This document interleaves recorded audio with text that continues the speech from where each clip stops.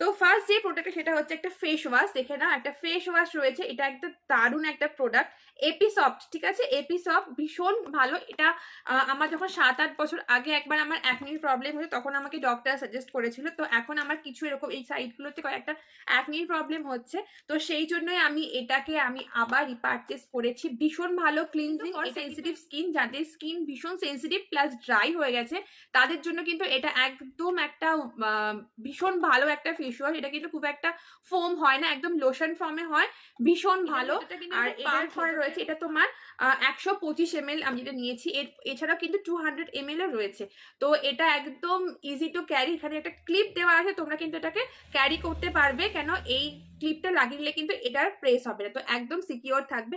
এই হচ্ছে আমার ফার্স্ট প্রোডাক্ট এপিসফটের ক্লিনজিং লোশন। আমি পারচেস করেছি হচ্ছে এটা সানফির একটা ফেসিয়াল রেজার, যেটার মধ্যে এই প্যাকটার মধ্যে 3টে রয়েছে।